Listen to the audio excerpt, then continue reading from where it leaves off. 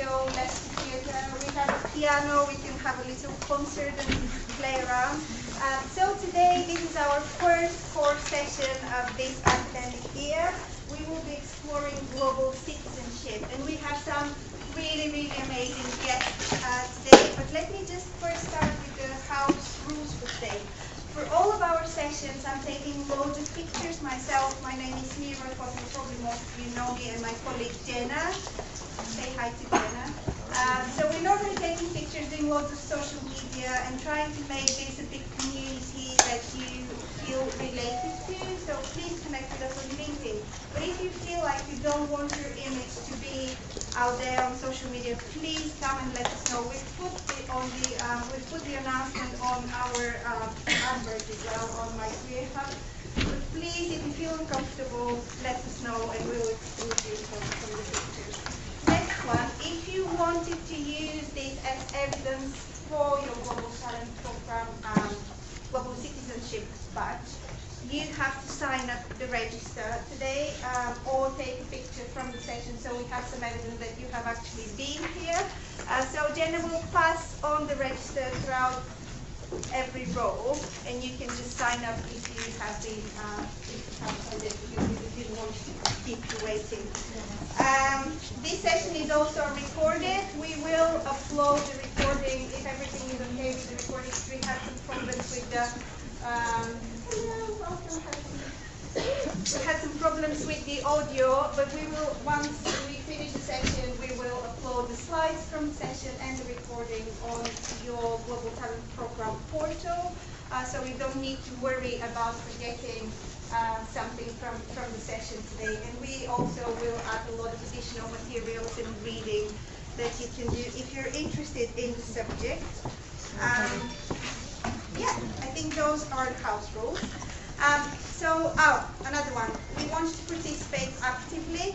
So I know that this is not the best setup in the lecture theatre, but we want you to really speak up, talk about your opinions, ask us any questions, connect to the speakers. There are some really interesting people that you want to know and connect to the future and create your professional network. So make sure you actively participate, be curious.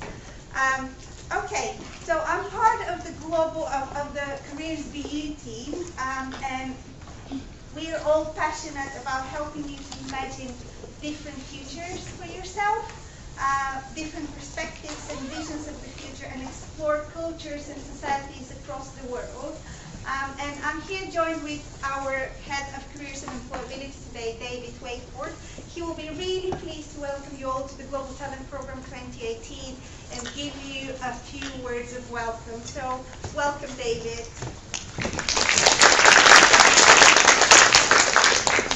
It's fantastic to see so many people. It's really pleasing. I've worked in my history of working careers and employability for over 20 years. I've never seen this many people at the equivalent opening for an extracurricular award. So this is really fantastic. And just to say a few things about the importance of not just the Global Talent Programme, but for actually engaging in this way with extracurricular recognition. You know, I think the figures are around 80 to 90% of employers will look at skills that you build through your studies and extracurricular activity as vital to your chances of gaining a good graduate position or a good career. So when we say that, we mean not just the tangible, recognisable skills that you get with your studies, so your teamwork, your research skills, which are highly important, but also the soft skills, the soft transferable skills.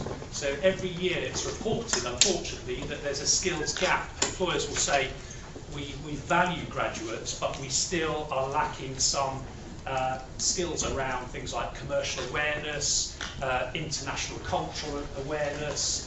So some of these areas, the Global Talent Programme is vital for it. Really pick up on those areas that will enhance your resume, your CV, and will give you that value added when looking at opportunities to enter either the labour market, carry on your research career, and provide some element of giving back to society as well. So we're not just talking about graduate routes, we're talking about being well-rounded individuals. So this programme is fantastic. It's also received some really good recognition in the last couple of years. So this year won a European award at Geneva, we were really proud of. So it's really, actually, it's on the European map, and the sense of it being global and actually taking your career in different directions, not just centred on the UK market. That's what we're trying to do. But it's an award we hope you'll stick with, and hopefully you will get looked at this award. So welcome, and welcome to an award that also includes a lot of external stakeholder contact, employer contact, which is all valuable in your experience at BU. So I hope you enjoy it and get as much out of it as possible, the activities that Mira and the team will talk about. So thank you. Thank you very much. Thanks, David. David will join us for the rest of the session, so have a chat with him, and he's a lovely person to meet and know and talk about your future career opportunities. We have some really, really amazing other speakers as well. Dr. Elvira Bolat, who started this session today with a Twitter live. Thank you, Elvira, asking people about what global mindset means to them around campus, which was really, really exciting global way of starting this session. So you'll have a chance. I'll say a few words of introduction very shortly for Elvira. And then we have sustainability at BU. So this will give you a perspective on the UN Sustainable Development Goals, but also will tell you about the trends that are forming this world and how you can become an active part of changing some of these trends in a positive way and making a difference and understanding other people and knowing what these problems are globally. So we really, really want you to be aware of all of the global trends so you know how to make a difference with your life and make a real impact with your career.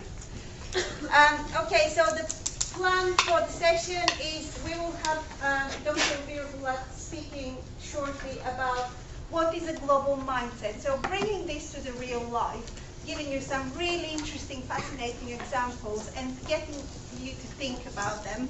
As normal, we have a group activity, so we will ask you to think in a very innovative way about problems of different countries that you might want to travel or work as part of your lifetime and explore. So that's what you will be doing afterwards. And then finally, we will have Dr. Neil Smith and Richard Winthrop, who are working in our award-winning sustainability team. They will do a really interactive session around careers in sustainability, but also about the global trends of United Nations Sustainable Development Goals.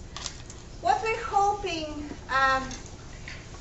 you will learn as part of this session is understanding what is a global mindset. Then we will talk about the key global economic, environmental, political, societal trends.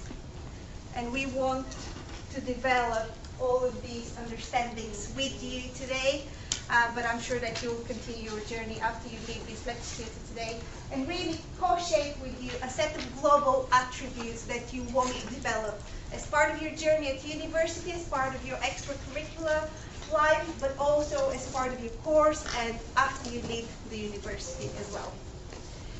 Just a short reminder about the stages, and that for each of the stages on the Global Talent Program, you need to complete at least 3 activities, and at least one of them should be a core activity, like this session today. This session will give you more about the theory and background that you then can go on and explore with your extracurricular activities. But we recommend you coming to all the sessions because they give you this real interactive element of the program. So this is just stage 1, Global Citizen, but next week and the following weeks we will start working on the next stages as well. So the program has 3 stages for undergraduate students and 4 stages for postgraduate students. So we hope that we see you all who are here today on our first core sessions. We will see you in May in our graduation ceremony to collect your Global Talent Award from the Vice Chancellor. So this is very exciting, just looking towards the year ahead and all the stages that are coming next. the concept that we are following is 70-20-10. So you're learning the best, most lasting learning is coming from the real experience, from working, from putting things into practice. 20% is exposure and talking to people, getting to chat with others, working in groups, and making sure that you see other people's perspective, networking, mentoring, coaching. And only 10% of what we retain really on the long term comes from a formal session. So what we want you to really, really do is make the most of this fusion of interaction between life experience and formal learning that we are doing as part of the core sessions. And to be a global citizen, I just love this quote from Kofi Annan: no one is born as a citizen, no nation is born a democracy. Rather, both are processes that evolve over a lifetime. So this will not end with your stage one on the program. We hope this will inspire you to go on and continue your global citizenship journey. And these are examples of activities that you can do as optional activities, and these are our core sessions that are coming. But we will chat about this at the end of the session as well. So I'm really pleased now to welcome Dr. Elvira Bolat. Elvira is a senior academic and lecturer in digital and strategic marketing at the Faculty of Management. She has been BS marketing lead for 5 years. And she's global engagement lead for her department. She's really inspirational. She's one of the current thinkers in the area of digital marketing worldwide, and she is a person with many talents, aspiring DJ and really cool fashionista and really arty. Well, preparing for this session with Elvira was a real adventure for me. We tested so many different ideas. We did this Twitter live, and I just really, really am excited to welcome Elvira to talk to you today. So please give a clap for Elvira.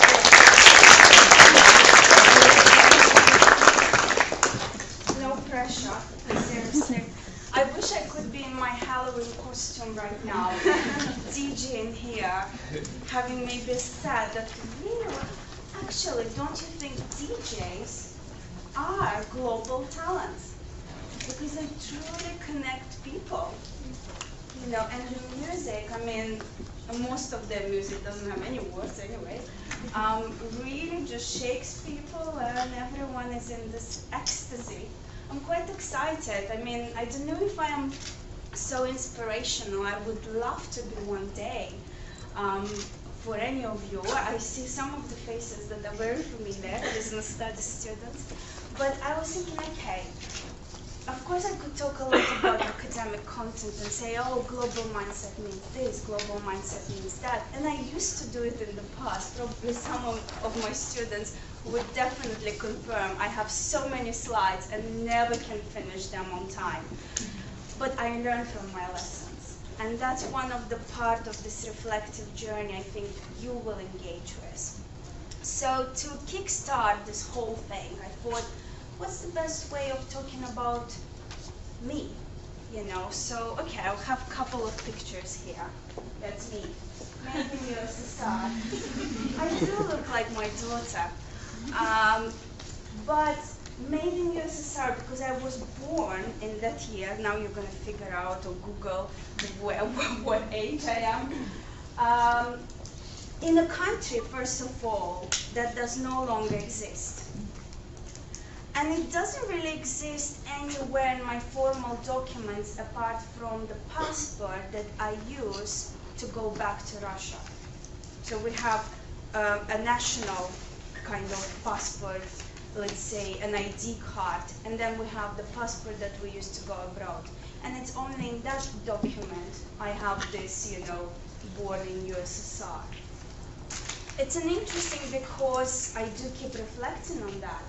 You know, I was born in a time when actually USSR was no longer existing. So the country was in this transition, and I was part of that transition. So I was born on a very cold day in a place like that. gorgeous. I wish I could go back. Siberia. It was December, so you can imagine how cold it was. And I think it was 9 o'clock in the morning. So it did look just like that. But eventually, when I was 5, my family moved to Moscow, and I grew up there, you know, going to school, going to university, doing some part-time job in pizza place. It was in McDonald's. I wish I did have a part-time job in McDonald's because it can teach you a lot. So I had an ordinary life, I would say. Nothing really interesting. There is something interesting about me, but maybe some of you here share the same type of story. I was a product of 2 different cultures. Despite being born in Siberia, yeah, I could say I'm an accidental love story baby who parents decided to keep. I could kind of relate myself a bit to Steve Jobs, but of course I wasn't abandoned. I actually remained with my biological mom. So my dad, what I think represents hotness in me, not in a literal way, like, you know, anger, passion, perhaps. So he comes from Turkey, and he just went to do a degree in oil engineering in Russia. So this is how he ended up meeting my mom, who is originally Russian. Something that I think represents coldness in me, but coldness in a sense being sharp. You know, I do love my mom, being really straightforward and just telling people things the way it is. Of course, many people nowadays are product of multicultural, racial, multinational relationships. So again, is it really different? But something that I also grew up with, and I keep reflecting is that I was exposed to, on one hand, to a radical Muslim culture and religion, because my dad's family is radical. So my grandmother did always look like this to me, obviously not at home, but outside. And it just felt normal to me. I never would question it. I would never question those things when I was little. But of course, growing up in that kind of environment, I spent most of my summer in Turkey, obviously, because it's hot. I always reflected how in that culture, there is a different place for women. You know, women are restrained, and perhaps it's up until now still the case. But at the same time, they have also an enormous power within the household. So interesting. And of course, on the other hand, it's this, what I was growing up in. So my mom is actually an Orthodox Christian. And I did kind of find myself living in this environment where I had to comply with all these specific sub-environments and respect everyone's wishes. And in fact, now on reflection, I am so appreciative that I am exposed to it. And in fact, right now, I see good, bad things in both those things. And I do go to mosque. I know many religious people say you can't do that. You have to stick to one religion. But I just find nice rituals and things in one religion, and then fantastic things in the other religion. Of course, I feel like that makes me a bit different, and every time I talk to people who actually belong to a certain religion, they question my commitment to anything. Are you really committed to anything? And now I feel like, you know what, I'm a global citizen. Now I am a connected person with a couple of followers, and I use digital platform just like many other people to connect with people, build relationships, connections, find, common grounds, see the content that might make me question, and I might have different views, but still reflect and be open-minded. So that's my story, and I feel like through that story, I could consider myself a global citizen. So, of course, when it comes to global citizen, one of the things that we're asking you to reflect on is the first thing you probably need to do before you progress with the heart bit. I don't know why we started with the mind. Yes. I always do first heart. I don't know why. Do you? Okay. I guess it's rational to first think and then feel.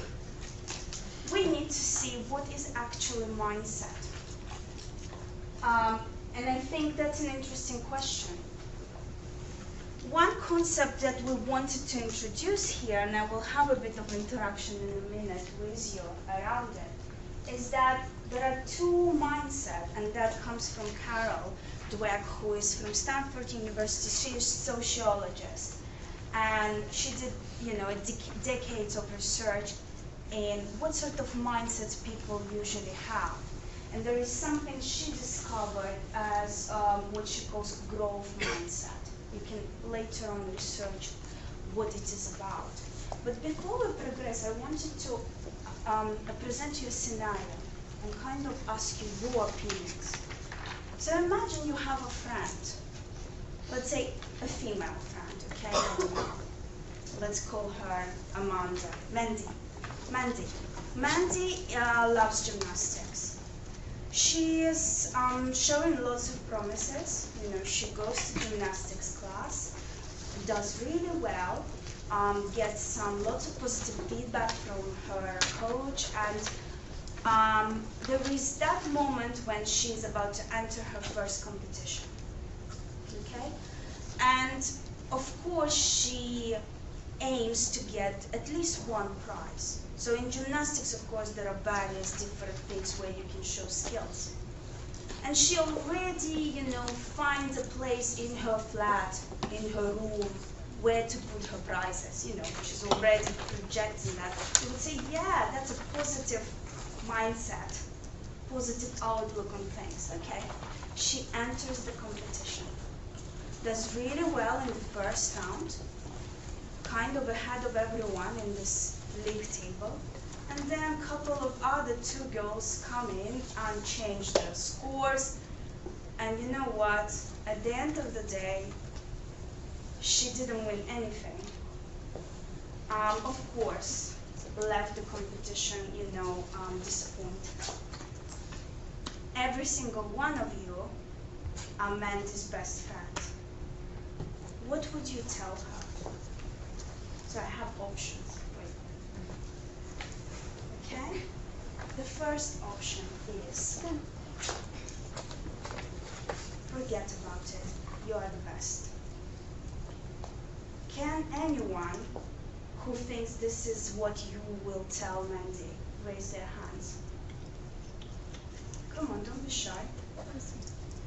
God, not to just so like there is no one with that good heart. Say, Mandy, you are the best. Okay. Wow. I anticipated a different outcome. Okay, second option. Ready? Okay, Mandy.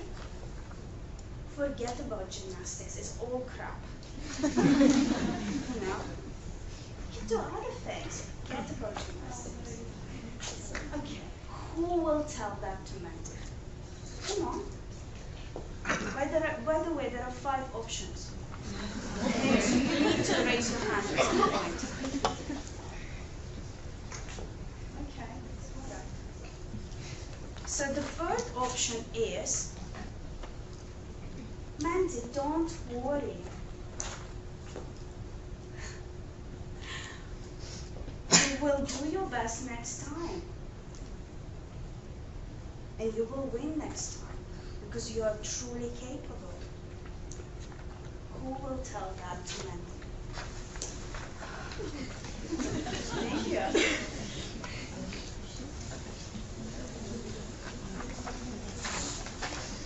just reading your minds. Next option. Mandy. Actually, you know what? I will stick to 4 options. The final option. You know what, Mandy? You're crap. Like, you could, seriously? What do you think? Who do you think you are? Who will tell that to Mandy? You would never win, Mandy. You're not meant to win. That's the 4th option. Who will tell that to Mandy? Anyone? Okay, let's go now through all the options. So the first option is, Mandy, you are the best. Okay, just, you are the best. Okay, you are the winner. Who will tell that to Mandy? Come on. Thank you. You're fantastic. Very, very kind people. But do you think you are doing anything good for Mandy? I wouldn't tell her she's the best in that. I'm just like, oh, you're the best. Like, you're the best. She just will think she's the best. She's clearly not the best at gymnastics. Oh, by the way, another option introducing right now. Who will tell to Mandy, Mandy, you know what? It's not your fault. All these judges, someone said that. Who will tell that to Mandy? No? So the second option, the original option, where we will say to Mandy, you know, Mandy, you will do it later. You know, you are good, but you will do it later and better. You will win later. Who will tell that? Okay, many people chose that. Do you think this is right? Do you think she will do later better? She couldn't do it. So what makes you think she will do better? She doesn't have abilities. I'm sorry. So why are you misleading her? More about picking her up. What? So she will go to the next competition and lose again. So anyone now reconsidered and actually would like to opt in for the option to say to Mandy, Mandy, you are a loser. I'm sorry. You know, you're just not meant to win this, sorry. Anyone? That means there is a lot to learn.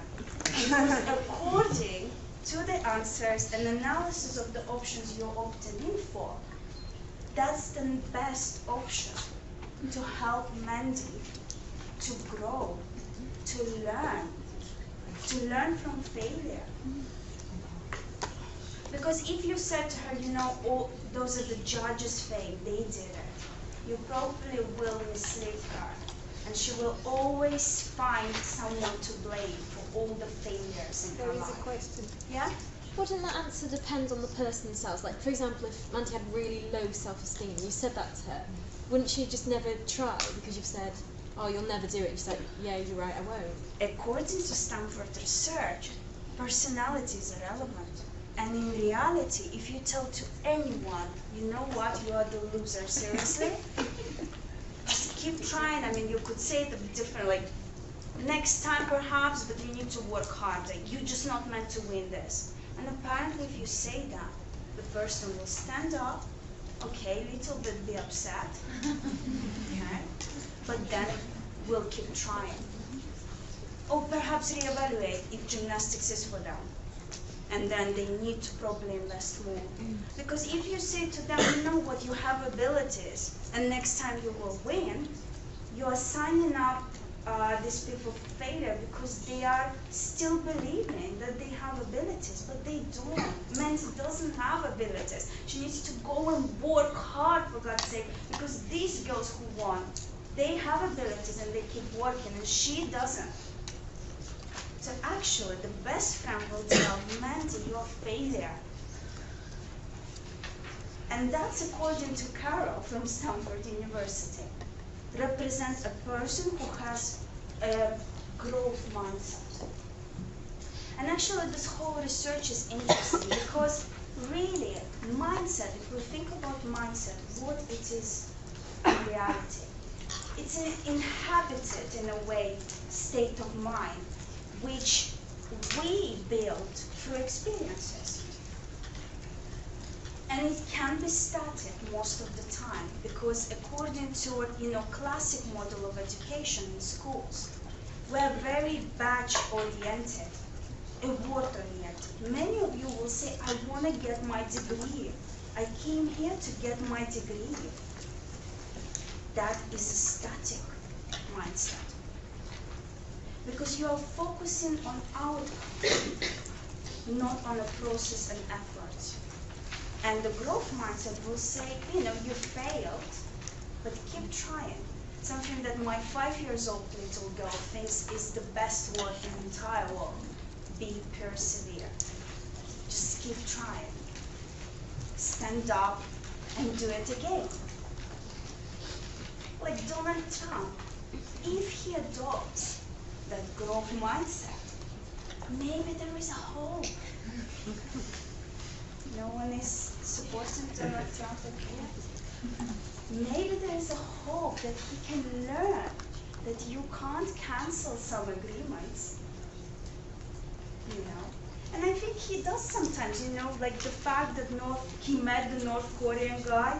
I feel like that was a moment of growth mindset. Yeah, let's go meet, because he was canceling it, doing it, canceling it, and same with the Putin. So he goes from one jump to another jump. And it's important for you to reflect on that, I think. Do you have a growth mindset or static mindset in relation to some of these things on your outlook on the world, in certain regions within the world? Self-awareness. Reflect on yourself. What sort of areas you actually perhaps have a static mindset and need to be more open-minded, because growth mindset is about pushing the boundaries, being open-minded, not just stopping in one thing and one goal, but doing something extra special. I consider Elon Musk, you all know him, Tesla guy, a really growth mindset person. I mean, look, now he wants to take the whole planet to the Mars.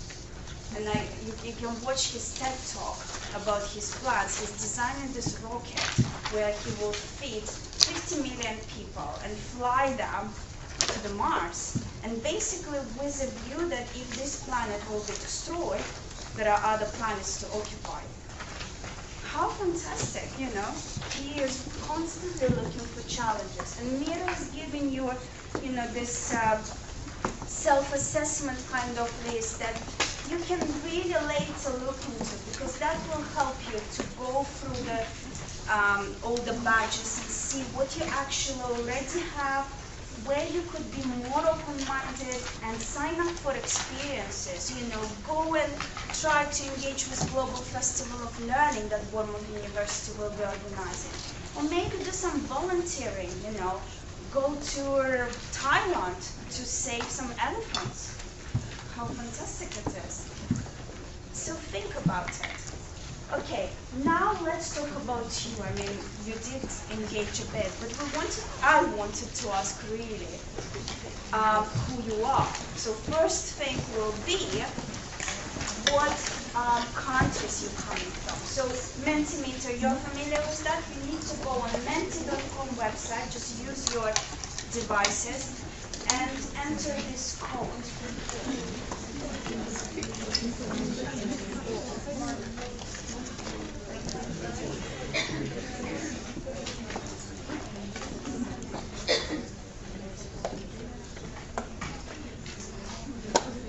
I like how people say England. I constantly say to my daughter, England is not a country. Is it? Prove me wrong.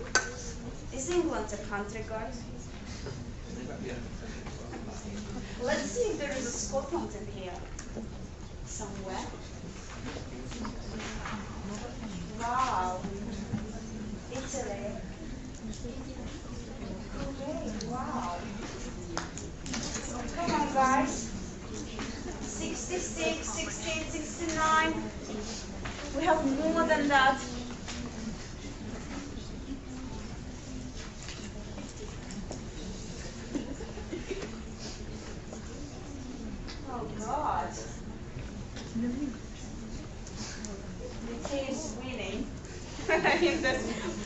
best environment.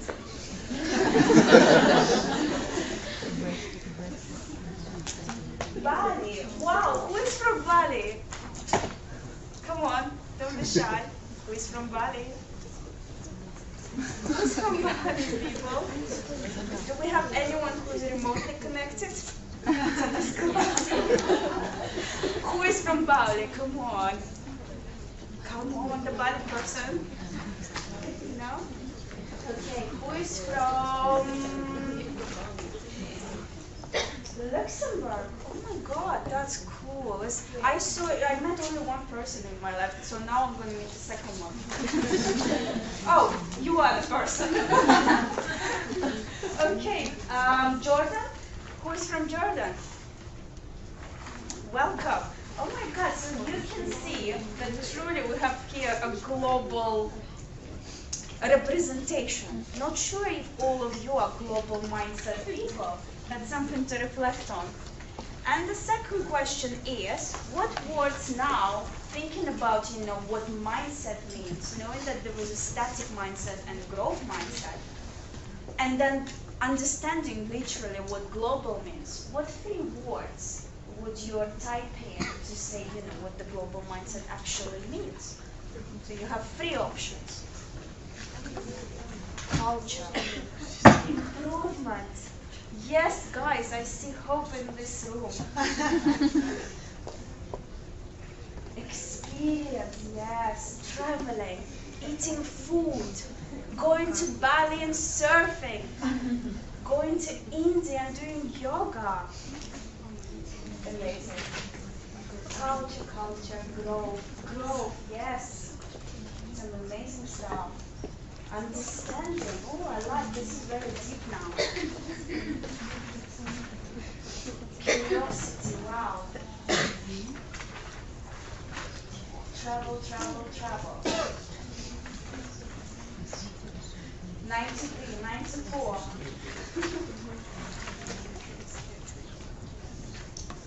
Okay. 9900. Yeah, I'm conscious of timing.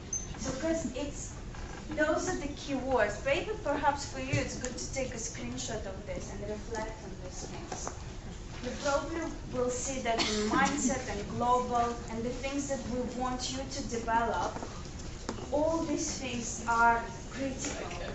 Growing yourself, developing your skills, being culturally aware, experiencing different cultures. Going back to slides. So now I wanted to ask you, and really quickly, when you hear, this term global mindset, what sort of person, a real person, comes to your mind? Anyone brave to suggest? Come on. Yeah, so, I don't know. Yeah, Dalai Lama, global mindset. Nelson Mandela. Yeah. Why? He was all about inclusion. Inclusion, diversity, yeah. Anyone else? Queen. Ooh. Okay, why?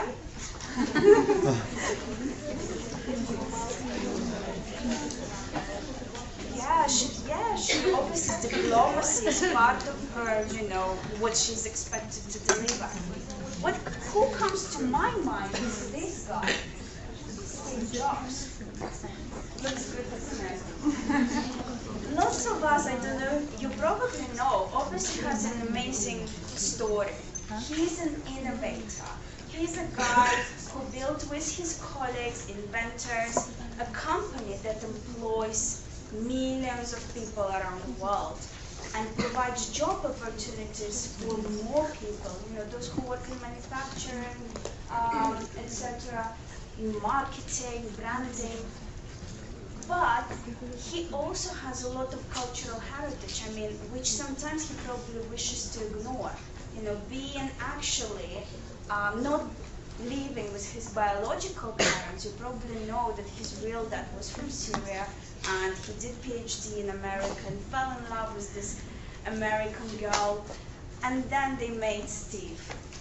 Of course, they were not ready to have the baby, and there was another fantastic couple, American couple, with a totally different background that raised him, but he always had that desire to learn and get experience from different cultures. And perhaps this is why in the 1970s, isn't it, he traveled to India to learn the culture, and essentially Buddhism was his kind of underpinning to the way he saw the world.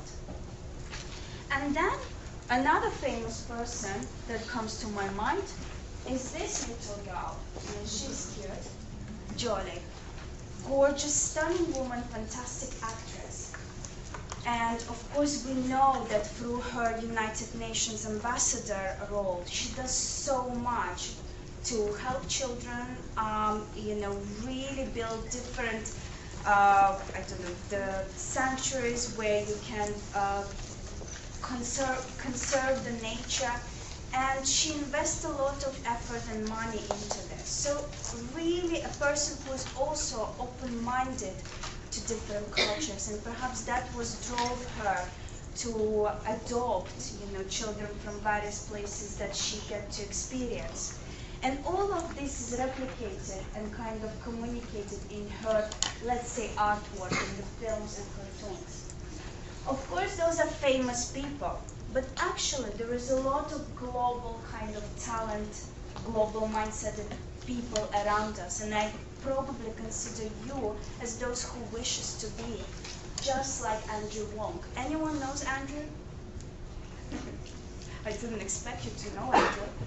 Andrew is 27, okay, much younger than me, and he was born in Australia, and then he grew up in Singapore, moved back with family to Sydney, finished his school and university there, did study finance. Of course, he sought an experience in JP Morgan. Eventually, he got his graduate job there. He got an amazing, career ahead. He did all this cross-divisional kind of rotation where he learned every aspect of JP Morgan. And he ended up having a job, a permanent job in Hong Kong. So later on, when he was about 25, he decided to totally dismiss that career, all the prospects, financial status, benefits, and future kind of, let's say, a certainty in his life. He decided to dismiss it because everyone was buzzing about cryptocurrency and Bitcoin and blockchain. So he decided to be one of these co-managing directors of what he calls International Digital Cryptocurrency Marketplace. The reason why he actually was passionate about it, not really are, monetary and financial. He saw in blockchain technology an opportunity to, first of all, prevent financial crimes, but also one of his major things that he does in his workplace and kind of do philanthropic actions is to stop any funding of international terrorism, where companies globally, hopefully, that's what he hopes for, will opt in for blockchain and cryptocurrency type of financial exchanges, where you can easily, determine where the money goes. And those people, all these stories truly represent to me a global talents with mindset. Because if you look at every single example we just discussed, Steve Jobs, Angelina Jolie, and Andrew, all of them, they have intellectual capital, they have ability to learn languages, to be open to understanding cross-cultural differences, and then actually embed all of this into decision-making. They have emotional ability to accept diversity, be inclusive, be self-aware, and keep learning. And finally, they have a social capital where they connect people together. Important thing is to solve really global, shared by all across the borders, challenges. And of course, if you look and start analyzing the attributes that all these people have cultural awareness for sure, they have a strategic mindset. They think what is actually beyond just one purpose and goal, beyond in the things that we're doing. Just look at Andrew. Yes, Bitcoin will give him an amazing project, but he wanted to actually deal with international terrorism. And they are multidimensional. They see the world not just as a pocket of nations, but as a big, big planet with diverse lenses. So when you will be doing your reflections and really doing this assessment on the list that Mira gave you, it will be interesting for you, hopefully, to reflect what sort of things you already have and where perhaps there is an opportunity for you to learn more, and what sort of experiences could help you to kind of get there where you want to be across all these capitals and attributes. Another important thing that it's not just about people. Sometimes when we think about global mindset and global talent, we think about organizations. Amazon did come to my mind. What sort of companies, businesses come to your mind when you think global, truly global? Anyone? Facebook. Facebook, yeah, for sure. Disney, I wanted to put Disney, I love Disney. Truly global company. And of course, for large-scale companies, you would say it's natural. They work across borders, they employ many people, they need to have all the capitals we just seen on the previous slide. They need to have people who have attributes that we've seen on the previous slides. But actually today, every single size of the company should aim to go global and international. And this is where, I guess, importance of growing and developing global mindset is critical. Because even if you are ending up in this company called Laundrop, anyone heard of Laundrop who is local? So if you have your dirty knickers and you kind of don't want to wash them and feel shy to take them to dry cleaning, these guys are there. You can schedule them through the app. They will come when you want. Take all this as a bulk. You will pay like £2.50 for 2 kilos of your underwear, and the rest they will clean it 48 hours. It comes on hangers. Very nice, fresh. It's amazing. So that concept was distributed across 100 cities and towns in the UK. Okay, they conquered UK, fantastic. You think in the Brexit environment, what else you want? But the reason what else you want is important in answering the question how long you want your business to exist. Because Uber and Deliveroo, despite having a certain focus in the past, are trying to overtake everything when it comes to delivering anything. And let's be honest, Amazon is also there. So you think they will probably take this concept, patent it, and distribute it across the world. So as a small business manager, owner, a person who wants to start up a business, you need to start thinking, how can I take it to elsewhere? And that's what Laundrop did. In 2017, they applied for an investment opportunity, and now New Zealand and Australia are licensed to kind of adopt this concept, and there are up to 13 countries, other 13 countries that wish to also obtain the license.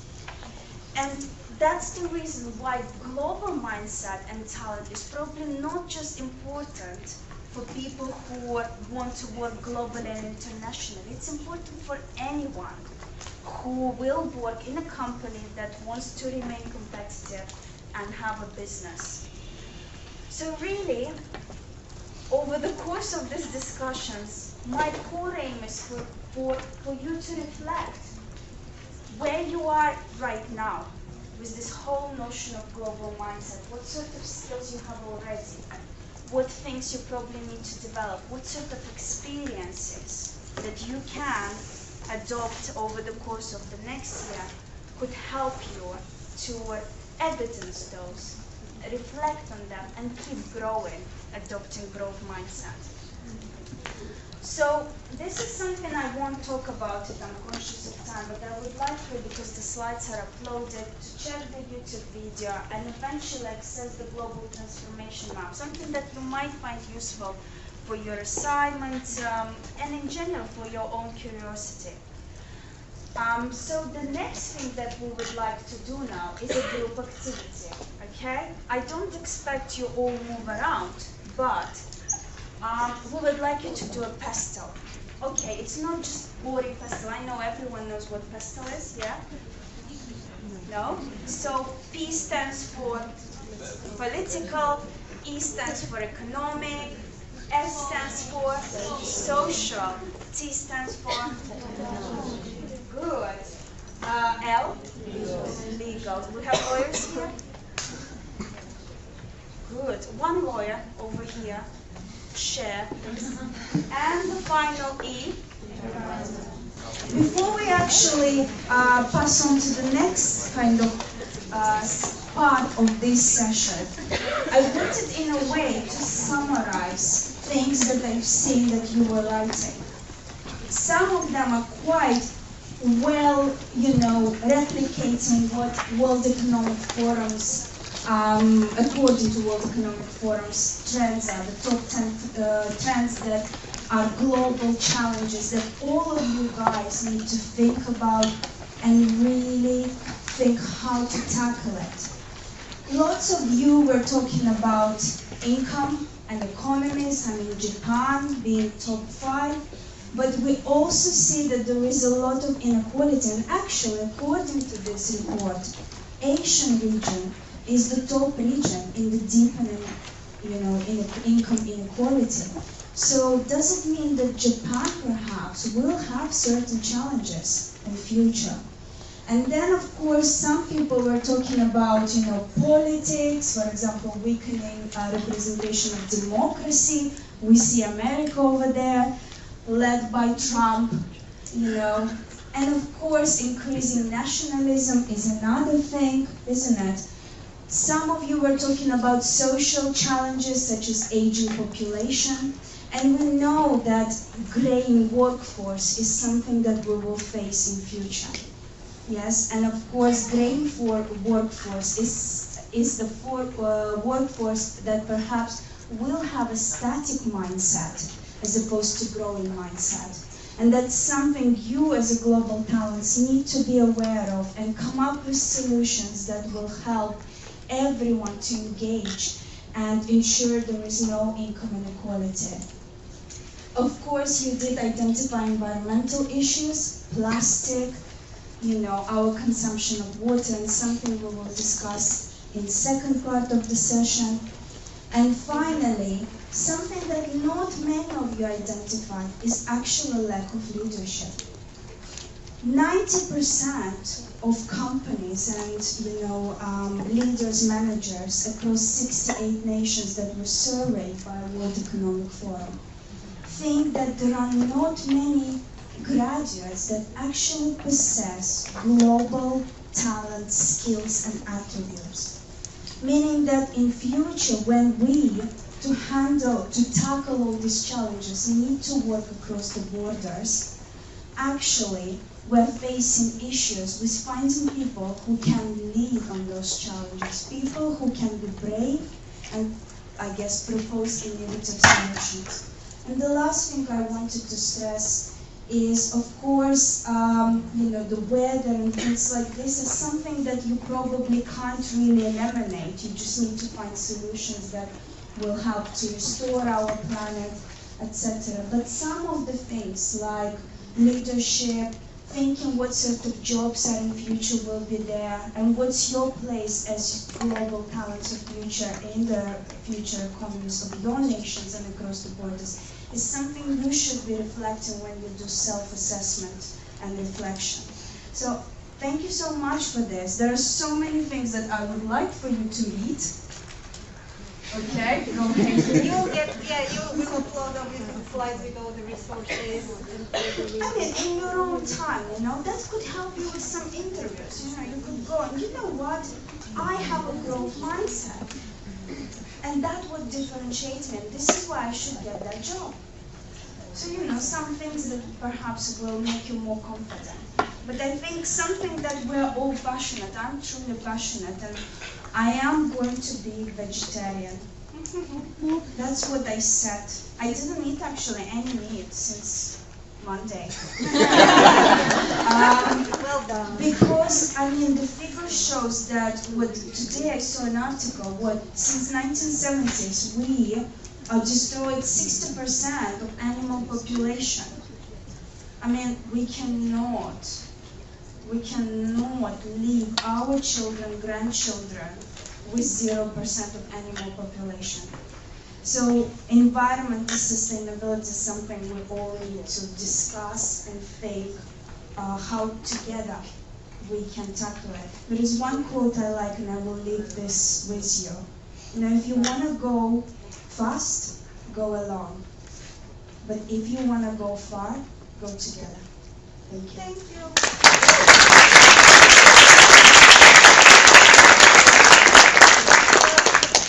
Thank you very much, guys. As you can see, we don't have enough time for everything today. We're trying to pack too much into our program.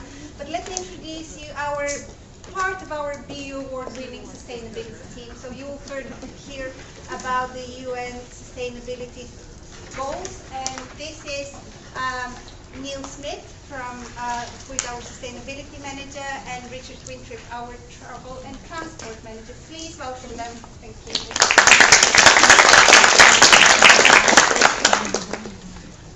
So before we get into the presentation, just a few words just to pick up with something that was said there about future employment. 10 to 15 years ago, my post didn't exist, and probably Richard's didn't either.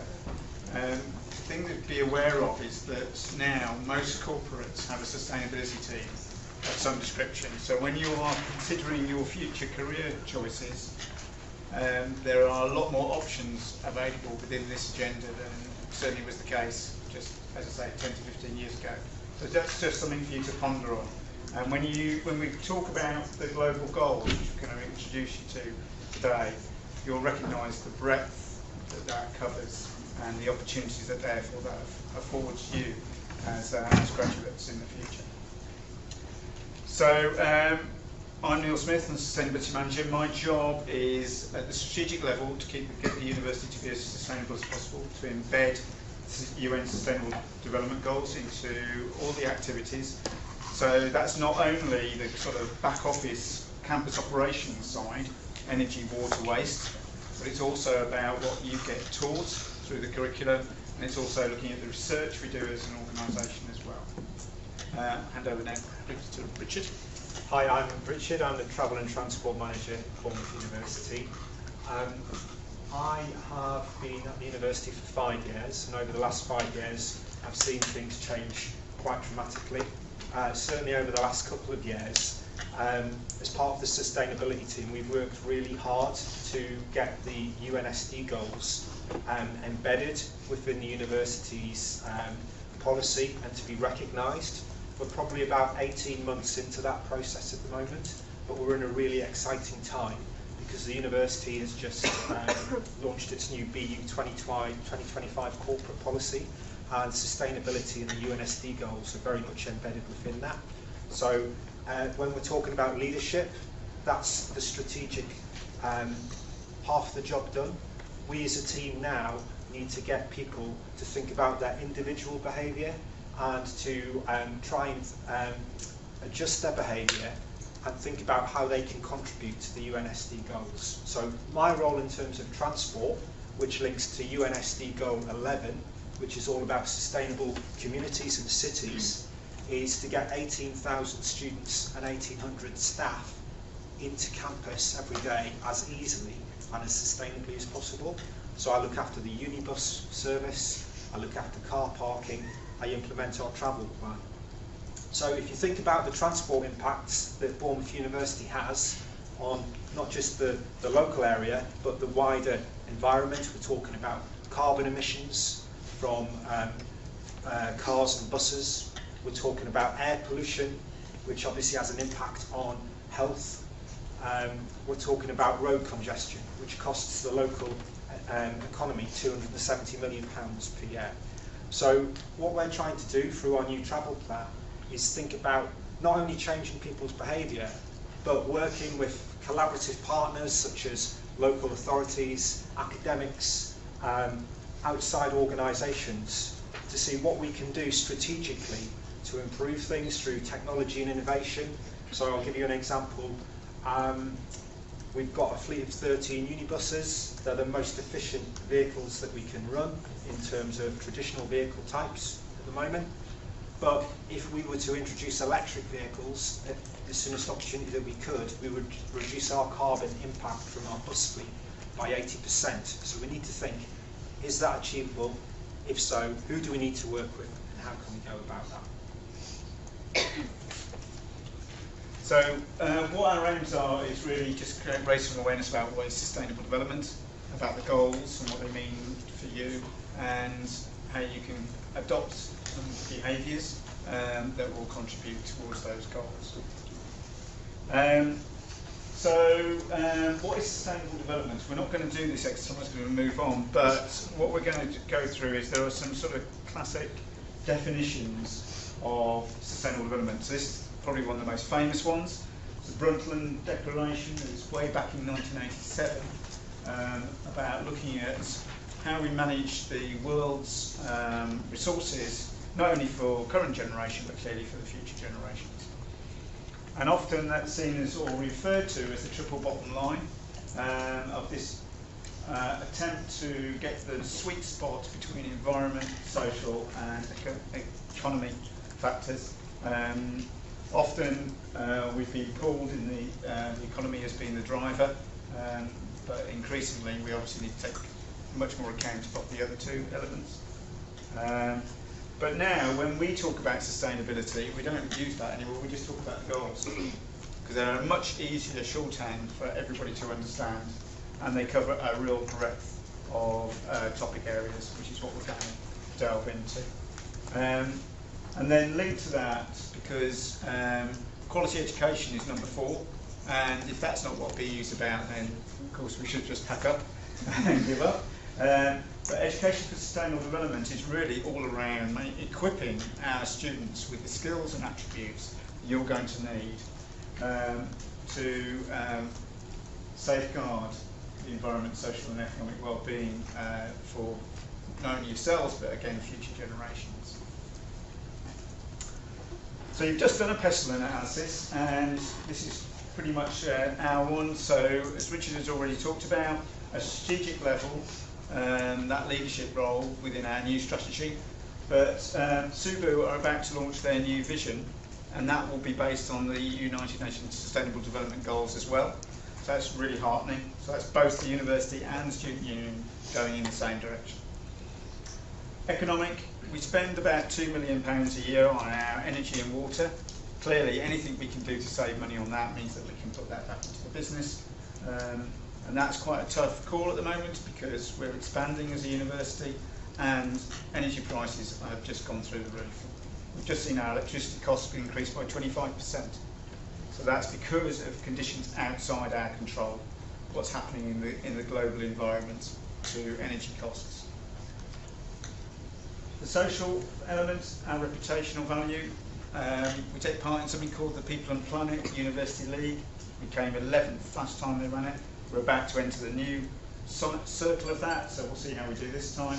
But there's an expectation now from people like yourselves and from our staff and from our key stakeholders like local authorities and our neighbours that this is what we just do. We should be doing it anyway.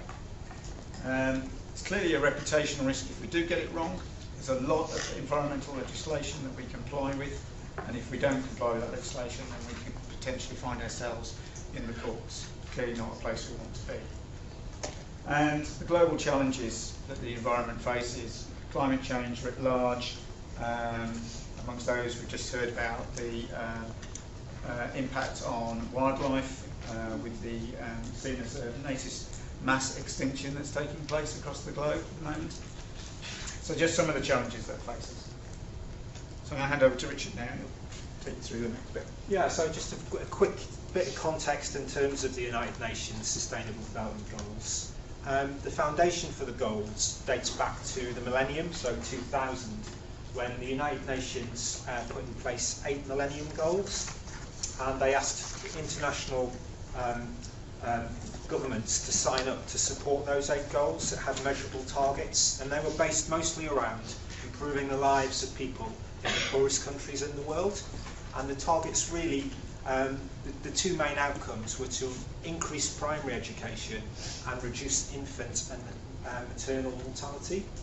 Those targets ran until 2015, when they were superseded by the United Nations Sustainable Development Goals. And there's 17 goals with 169 individual targets.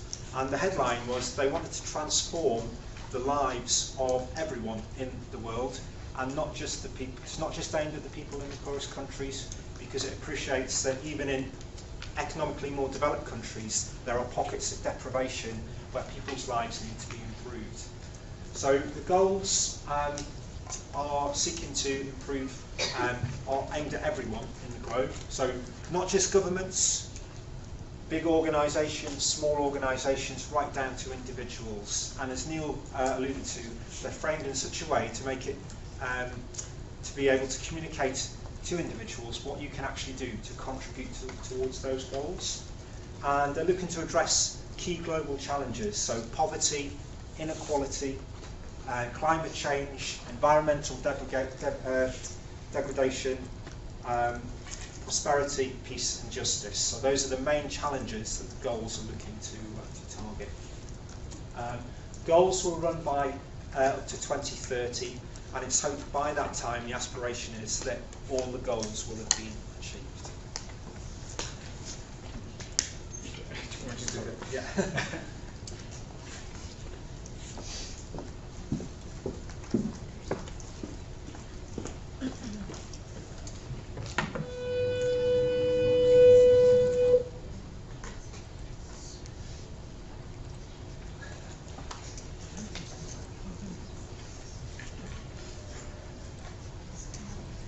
I'm just going to show you a short video now, which will hopefully tell you how you can relate to the goals and how they can relate to you. We can be. We must be the first generation to end extreme poverty. The generation most determined to fight injustice and inequalities. The generation that saves the planet from climate change. And this is how it will get done. The global goals. A 15-year plan For everyone, everywhere. With no one left behind. We will live in a world Where nobody anywhere lives in extreme poverty. Where no one Goes hungry. where no one wakes in the morning Asking if there will be food today. we will live in a world Where no child has to die. Diseases we know how to cure. and where proper health care is a lifelong right for us all. We will live in a world where everyone goes to school and education gives us the knowledge And skills for a fulfilling life. We will live in a world where all girls and all women have equal opportunities to thrive and be powerful and safe. We cannot succeed if half the world is contact. We will live in a world where all people can get clean water and proper toilets at home, at school, and at work. We will live in a world where there's sustainable energy for everyone. heat, light, and power for the whole planet. Without destroying the planet. We will live in a world where economies prosper. and new wealth. Lead to decent jobs For everyone. and we will live in a world where our industry, Our infrastructure and our Best innovations Are not just used to make money, but to make all our lives better. We will live in a world Where prejudices and extremes of inequality are defeated. Inside our countries And between different countries. where people live in cities and communities that are safe, progressive, And support everyone who lives there. where we replace What we consume. Planet where we put back What we take out of the earth. We live in a world that is decisively rolling back from climate change. where we restore And protect the life in our oceans and seas. will restore and protect life on land, The forests, animals, the earth itself. With peace between and inside countries. Where all governments are open. And answer to us for what they do at home and abroad. And the justice rules. with everyone equal before the law. where all countries and we their people Work together. in partnerships of all kinds To make these goals a reality. For everyone, everywhere. These are the United Nations global goals for sustainable development. Let's get to work. Let's make it happen.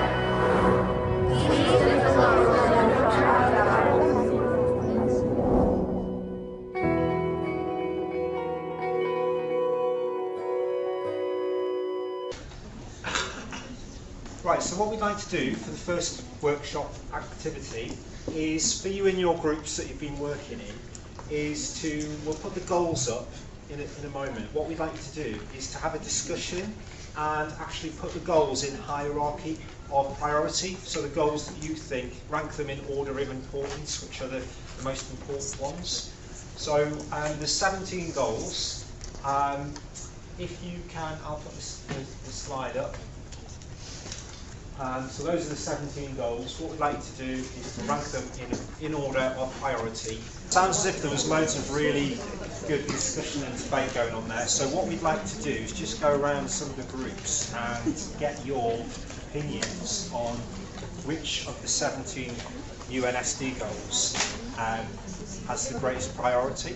And we'd like a little bit of a brief explanation as to your thoughts. So, would a group like to start off? Do you have any volunteers? Okay, it'll be easier. What about this group at the... I'll come to you later. So we were saying that essentially number 2, number 4 and number 6 are like needed first. It's like building blocks to allow the others to occur. Yeah. And then we also thought maybe it's already in order and they're kind of building each other. Okay, yeah. Interesting. Yeah, thank you. Any... Second try with the people at the back. I think you're ready to speak now. No, you guys, don't turn around. Yes. We put a stable economy because that's kind of like the foundation to build off other things. So if we want the rest of them to kind of flow in order, we kind of need the money and the resources to do so. So we put as our number 1 a stable economy. Okay, thank you. Yeah. This group? Yeah, so we were thinking about how an individual can like survive if it has nothing. So we started by the basics. So first like zero hunger, and then clean water and sanitation. And then we moved on towards peace, justice, and strong institutions, because if that was our reality, then the other ones could fall in order and could be easily to achieve. What else do we have? We have after that health, well-being, education, which we think is like really important as well. And then we have to reduce inequalities between like gender equalities, between religion, between a lot of things, to complete the rest of them. And then we also thought that the partnerships for the goals are really important, because that should be number 0, number 1, because to get everyone on board. Good, thank you very much. Right, anyone got anything a little bit different from what's been put forward so far? Yes, please. We've got 13 because without immediate climate action, we won't have a planet to live on. So as much as getting rid of poverty and hunger and stuff like that is important, I think we've got to protect the planet before we protect the human race, because otherwise there will be no planet to live on. Yeah, I think it's the key point here is that all the goals are actually interrelated, and in order to achieve one of the goals, a lot of them have to interact together in order for the goals to be achieved, certainly with the timescale. But certainly the point that you've made about climate change is a very prominent one in the media at the moment, with the IPCC data release a couple of weeks ago, which said that unless we take immediate action, then there will be catastrophic changes to the climate, which will have real significant impacts and threats. So, yeah, some really strong arguments. There's no right and wrong answers here, but I think all the groups have really put forward really intelligent explanations for that. Is there anything else you want to say here? No, I just concur with the comment that was made here about the partnerships for the goals being really key. And in Richard and I's work, we do rely very much on that partnership role, whether that's from the leadership levels at the university, right the way obviously through our staff and students, but also to working with our local authorities and with other partner organisations. And they all bring their own particular skills to that, to be able to help tackle these different goals. So you need that kind of breadth of organisations and individuals to take part. So for me, that's one of the real key goals to deliver the rest of them. Okay, we're going to do another exercise now, which is a bit of a shout out, and we do have prizes. Well, a prize. Yeah. So we've got some very nice fair trade chocolate coins here. Brave and put their hand up and give us an answer. So I'll walk around and dish the prizes out. Neil, if you can. I'll compare. Yeah. So now we've kind of done the which is the most important, but what we want to do now is work through the goals, and we want you to step up and say for each goal what you personally can or are already doing or could do to help achieve that goal. Okay? So we're going to work our way through them. So number one is no poverty. So anybody like to take the plunge and kick us off with something that they are either doing or could do to help achieve this goal? I was thinking that you could go into homeless shelters and actually help people actually bring their own things, like clothing or food or anything you have spare. Spot on. Give this girl a goal. Would you like something there? Excellent. Okay, zero hunger. Is a girl in the middle there? I used to work at Pretamanga in Bournemouth, and they actually give out food at the end of the day that they would normally waste to homeless people. Excellent. Yeah, perfect. Good health and well-being. Donate blood if you're able to. Sorry? It's like donate blood if you're able to. Yeah, well, I haven't seen that one coming, but that's a really good one. Quality education. Build schools in like less developed areas, and so I build more foundational public schools in like areas like in Africa or in like local towns where they don't have solid educational foundation there, and volunteer to teach the students. Yeah, got all of great things that students from this institution can go and do, and there are lots of charities that go out and build schools. Particularly in countries like Nepal, very poor countries, and it's a very practical way that we can help those countries. That's great, thank you for that. Gender equality.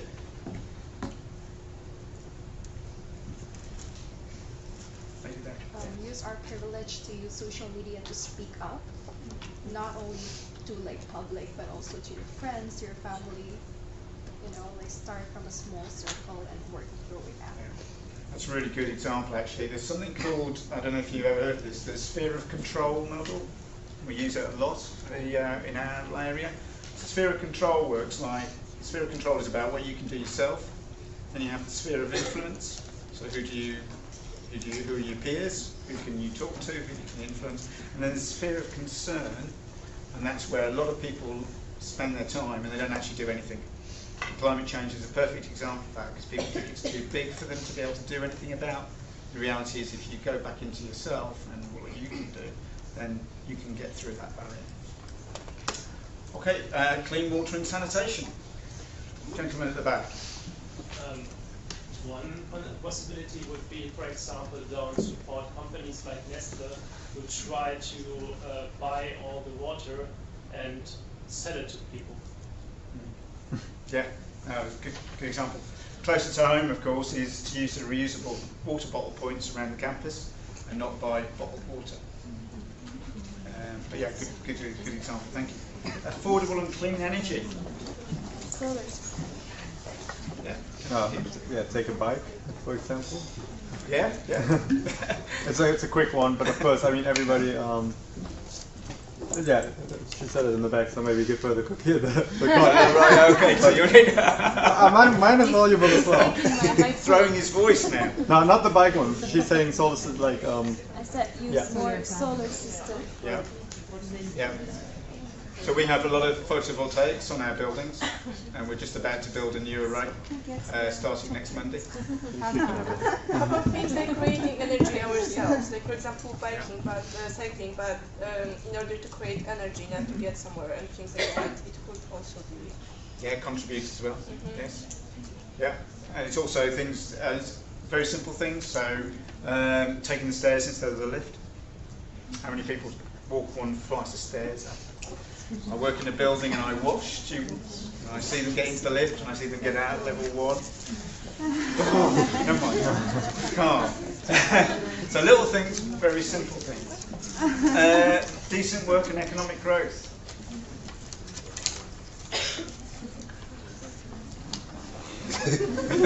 Oh, sorry. Gazing. Supporting your local companies and farmers and all that kind of stuff. So you don't have to like transport stuff. Yeah, that's a really good example. Yeah. Industry, innovation and infrastructure. Would you like to go for this one?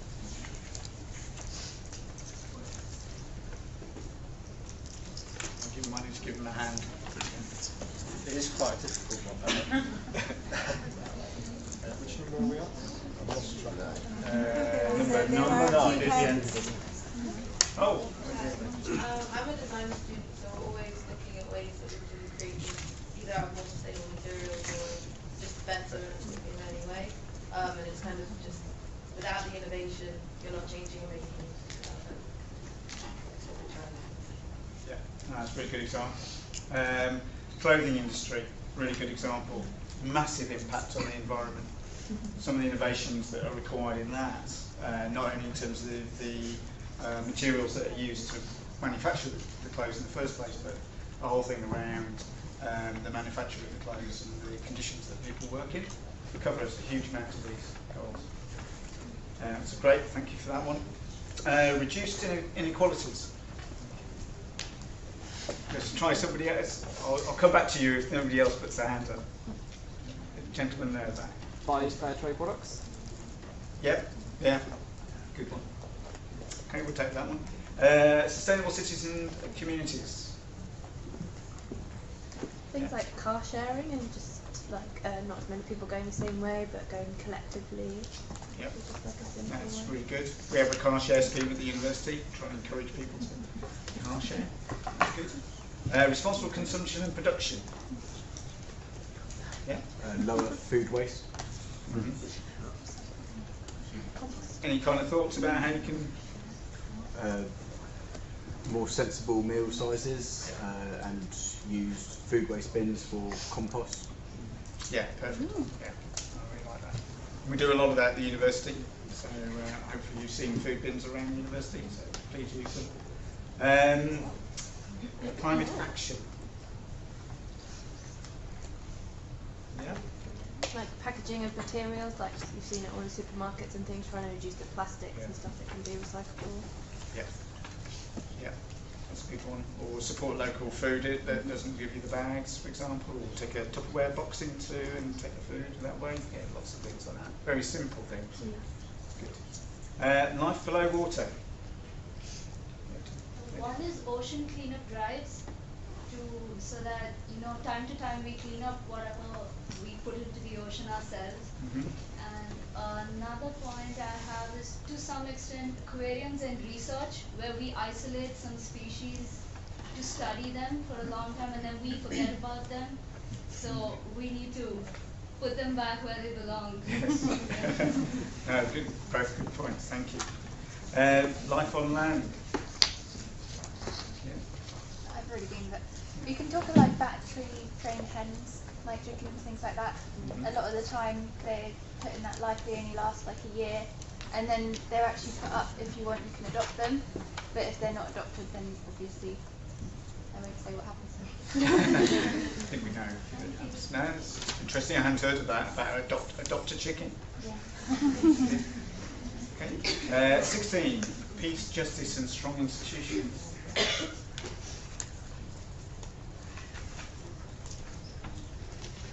Somebody's not been before. Got 3 hands from people who've already been. Anybody who'd like to? Yes. Okay. Like, if you can vote, do vote, because obviously it's always a thing when it's not such a huge turnout and it can end on something on my vote, while that won't count. Yeah. Can vote, should vote, Yeah, and we all saw what happened at the last general election when the youth vote came out. It made a massive difference. So yeah, absolutely brilliant. Partnerships for the goals. Yes, like making everyone aware of the goals and like what we're aiming for. I think 2030 is what we're aiming for this to be like achieved by. So yeah, just spreading awareness of what's happening. Yeah, brilliant. Yeah, absolutely. So one thing that you took away from today, go and talk to somebody else about the goals, what they could do. Okay, that's great. One of the things that we were going to run was around some things that getting you thinking about what you can personally do, which we quite like that. But there's a lazy person's guide to saving the world. So this is on the United Nations website. You'll have the link. So all those people who go, oh, you know, just too much trouble. Lots of really good ideas here. And some of those you've already touched on.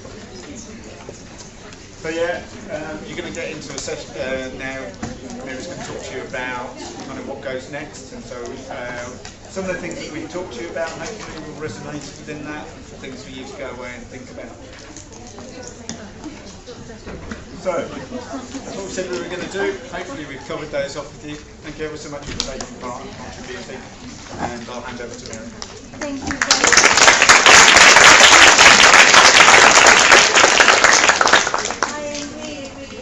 By all of you guys and by your work today. Thank you very much. It's really inspiring and so many great ideas. I hope you go back and bring them to your communities and families and bring them, talk about them more. Maybe we can do a joint picture on the Sustainable Development Goals that the Global Talent Program is working on Sustainable Development Goals. So what you have to do after this session in order to get this recognized as part of your Global Talent Program, go to your Global Talent Program portal and upload evidence that you have been here today. This could be a picture from the session, so yes, you take a picture now. Or you can bring a ticket that you have been issued as part of your booking. And then you need to upload a short reflection. So the pieces of paper that I gave you around your skill sets at the moment as a global citizen, use this to self-assess yourself. Where are you at the moment and what you need to do? What are you planning to do to become a global citizen?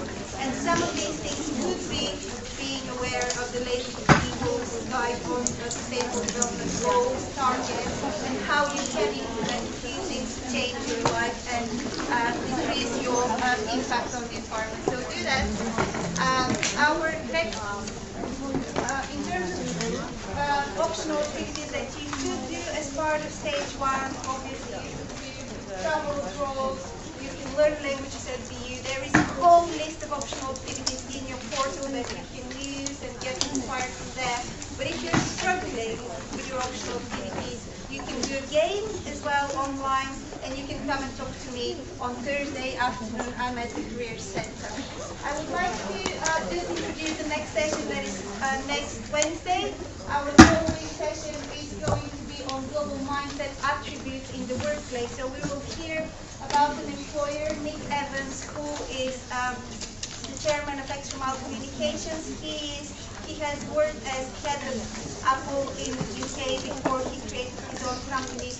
Really interesting, inspiring speaker. So he's going to talk about culture and expanding your business globally.